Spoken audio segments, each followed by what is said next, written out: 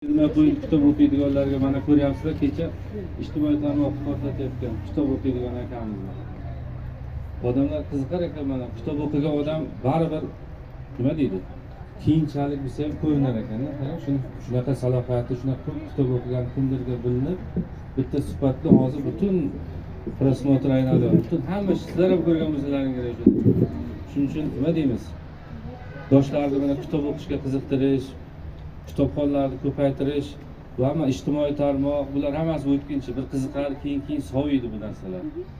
Shunda mashaqqatli xizmat bilan charchamayizlar. Bayramlaring muborak bo'lsin. Tuman hokimining arzimasdan ham ozgina sovg'alari bor. Eng qizig'i e'tibor. Siz qatori yana misol maktablarda ham kutubxonachilar, hamma kutubxonachilar bayram muborak bo'lsin. Sog' bo'linglar. Mana Oydin opa bitta tanishtirib.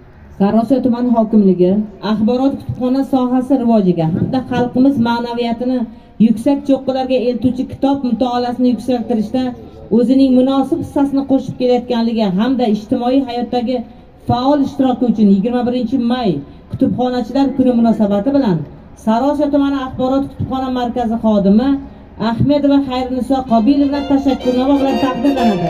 Tuman hokimi Abduqodir Donayev.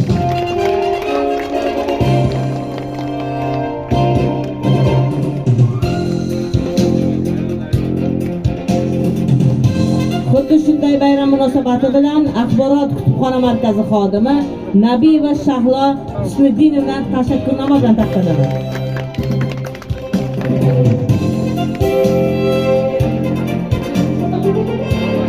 Xuddi shunday tashakkurnoma Sariosiyo tumani axborot kutubxona markazi xodimi Xolmatova Madina Sobiqova taqdirlanadi. Rahmat.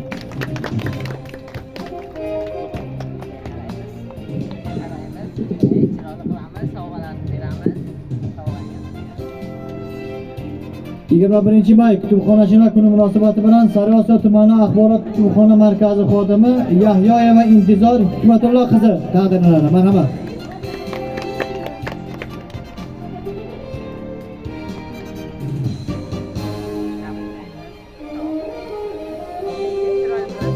Shuningdek, Sariosiyo tumani axborot kutubxona markazi xodimi Norboyeva Gulshan Sayridinovna tashakkurnoma bilan taqdirlanadi. Marhamat.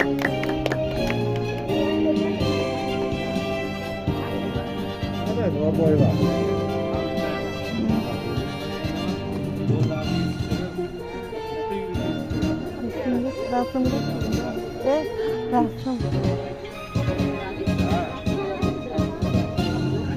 Xuddi shuningdek, Sariosiyo tuman axborot kutubxona markazi xodimi Ibragimova Dilnoza Hamroqulovna tuman hokimining tashakkurnomasi bilan taqdirlanadi. Marhamat.